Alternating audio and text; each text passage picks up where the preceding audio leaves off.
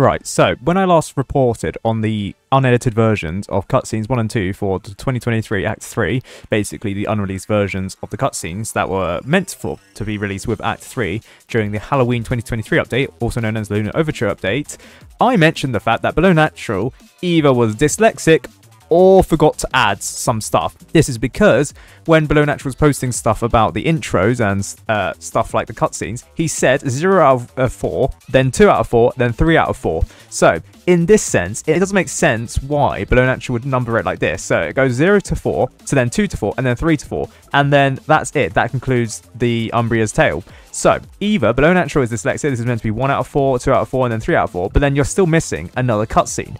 Well, actually, it wouldn't be until now where Below Natural would post it. Here, June 23rd, 2025. I don't know why all of a sudden he decides to post it now with like no prior warning whatsoever.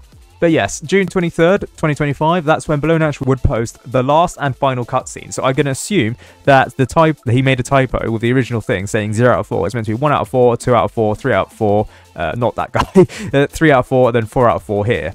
So apparently this cutscene does have a song in it that the developers, Menton says that the doubts that the developers would put in it though. So he assumes that Below Natural was just listening to something while making this and recorded the cutscene with music, and he uploaded the cutscene to YouTube and he found that it's actually a copyrighted song as seen here. So it might be the case where Below Natural had this open while recording the cutscenes, or while recording this cutscene as shown here when he posted it to Twitter.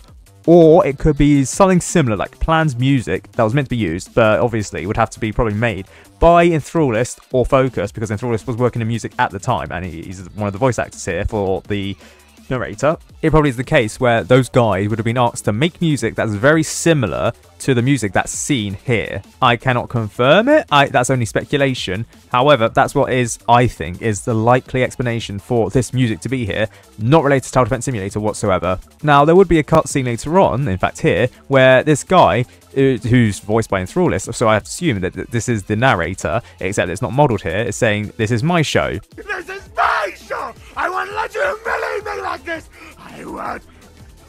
He then pops out of existence after saying his speech. Oh, so this looks like the death cutscene. So here, you defeat the hand. I don't know which hand it is. Let me see. From my hands, it is the left hand. No mentions of the right hand being defeated, so I don't know what's happening there. And then it just pops out of existence. The narrator seems to be interlinked to the hands here. Now, this is cause for concern. Well, really, not really cause for concern, but something to note, because people were saying that the hands were like a scrapped thing that the developers had just put in, and the narrator was actually meant to be the final boss. However, it does seem like the hands in themselves are a manifestation of that narrator, and the narrator's existence is linked to those. After being Thanos snapped out of existence, you can see here the minigunner and the commander just looking at where it used to be.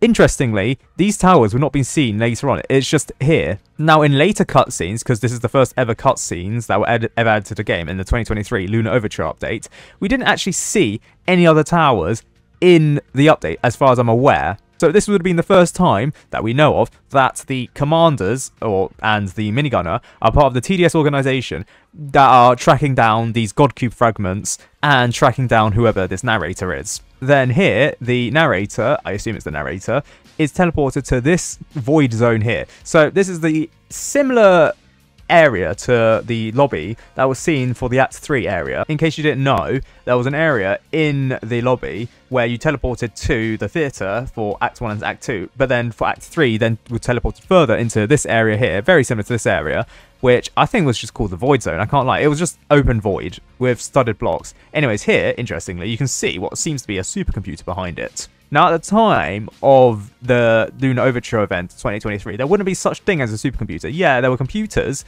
in the hardcore lobby and the main lobby. That being said, the supercomputer would return in the Hexscape event in 2024, so this could have been a potential leap for that. And then the narrator is just questioning its existence and where this is. And then here, we have what appears to be, or what many people speculate to be, Lord Exo. You can see the binary-ish bits here for the numbers and the character, which means that it is a manifestation of the God Cube, and it does accuse the narrator. Now, the Lord Exo here, or we're just going to assume this is Lord Exo, says something from this cutscene. However, it's not actually voiced. I have to assume that Enthrallist did the main bit for the narrator, and whoever was meant to be voicing Lord Exo didn't get their lines in because it was canned halfway through. Do bear in mind that this cutscene was scrapped and never fully released, so I'd have to assume that the developers, whoever was trying to voice Lord Exo, just didn't have enough time, or the developers just didn't add their voice lines because the developers just didn't have enough time. And I kind of know this because the narrator here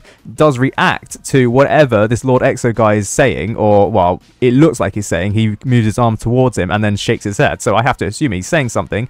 The narrator says, "Oh no," and then he definitely looks like he's saying something here, and then he just turns the narrator upside down, and then, you know, hangs him upside down. And then the narrator here suggests that he'll get the God Cube back for him, and then it looks like here, there's some sort of mirror, or scene, or whatever, but then the narrator here says that, "Please have mercy on me," so it looks like this could be some sort of weapon trying to extinguish the narrator's life here. Very interesting. Again, it is very interesting in the sense that we don't have Lord Exo's voices here, so I don't know what this could possibly be. And Lord Exo does look at this weapon or something menacingly, and after that, the narrator just disintegrates into its body parts. Now, that's very gruesome if it was an actual body part, and then it just disappears. However, that's it. So, many questions from this. Is this truly Lord Exo? Yes, you can see this is the throne, and there have been speculations that Lord Exo was part of this. However, we can't confirm with 100% certainty that this is Lord Exo. Furthermore, Below Natural would say that this scene is not canon to TDS lore since it never came out. He says that this is your goat. Who's he referring to? Lord Exo or the narrator? I would have to assume it's Lord Exo, given the fact that within the Tower Defense Simulator community, there's not been much speculation on what Lord Exo is by the developers. We've had like murmurings of what Lord Exo is from the posters from the Violent Night event in 2022, this in 2023, and the Children of Exo in 2024 and onwards. However, whoever Lord Exo is, we don't know. We don't know how he's related to the God Cube fragments, or even if it's a he, it could be a she for all we know, or an it, as far as I'm aware. Like, obviously, like, do you think these things have genders? Lord Exo, I mean, to be fair, Lord in the title does kind of refer to a male privileged person. If it was a female, it would be called a lady. So we'd have to assume that Lord Exo is a male. I mean, after all, unless there's like some Doctor Who shenanigans and then Lord Exo were to regenerate into a lady after all. Maybe there is a Lady Exo. I don't know who a Lady Exo would be, but that would be very interesting. But then it does seem to have the power to disintegrate bodies, as seen here. So that's very cool. And then the camera just pans out, and that's the end of the cutscene. Quite a long cutscene, if I may say so myself. 1 minute compared to other cutscenes in Tower Defense Simulator. For example, the Dark Revenge outro, after you defeat the game, is only, I say only, it's only 53 seconds long with the pans and cutscenes. And I have to think that the Hexscape event isn't much longer. I don't have it on record because I might have forgotten, but still, I don't think it's that long. And yes, for the Hexscape Night 3's Cutscene 3, it is only 50 seconds long. So this being a full minute, quite a long period of time. And we don't even know what happens to Lord Exo. We don't know its name. Well, I mean, assuming it's Lord Exo's name. And we don't know how he speaks. He could be speaking in Wingdings, for all we know. I mean, he could not be speaking English. What if he comes back and he's like, it's a reversed German, something like that? Now, it should be interesting to know that the area seen here for Lord Exo, or what assumed to be Lord Exo, is not seen anywhere else in the game. Now, you may say that this area is used for the lobby. That is true. However, do bear in mind that the lobby was added to the game after lots of Act 3 were cancelled, including the cutscenes. Had the cutscenes not been cancelled, I would have thought that this area used by Lord Exo would be Lord Exo's area or Lord Exo's realm. So, the area that we saw back in the day in 2023, Halloween Lunar Overture event, that would have likely been not in the game. It would have, the Act 3 statue would have been in the theatre, and this area here would only be seen as part of Act 3. Therefore, I think it is likely that eventually there'll be one day, had the game progressed as normal, that this area would have been used, perhaps for a map where you eventually defeat Lord Exo. I don't know how long it'll take. I don't know if it'll be like end of like the TDS series or the TDS lore.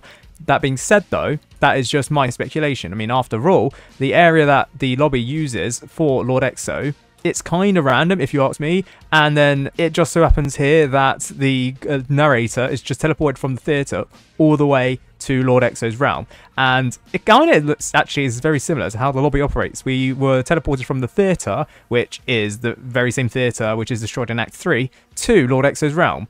Kind of indication. But that being said though, this is not canon whatsoever. So all we can assume is that this realm is no longer Lord Exo's realm.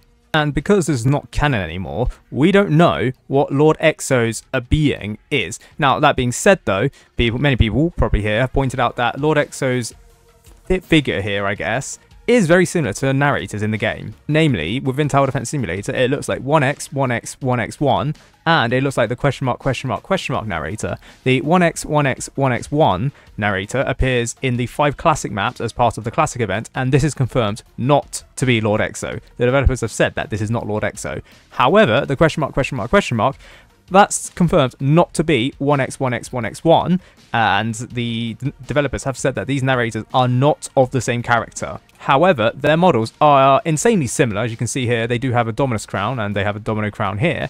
And it should be noted that these are very similar to Lord Exo here. As you can see, Lord Exo does also have a Dominus crown. However, there are some notable differences. So, for example, in the question mark narrator, it does have an exposed ribcage, whereas here, Lord Exo, or what I assume to be Lord Exo, does not have an exposed ribcage. Then again, though, its torso is not of the same design as the other bits of the torso here. So, it could be the case where, actually, Lord Exo may not be fully complete in this cutscene, like the other bits in this cutscene. So, perhaps the question mark narrator is secretly Lord Exo, although I think developers have said that this is no longer the case anymore.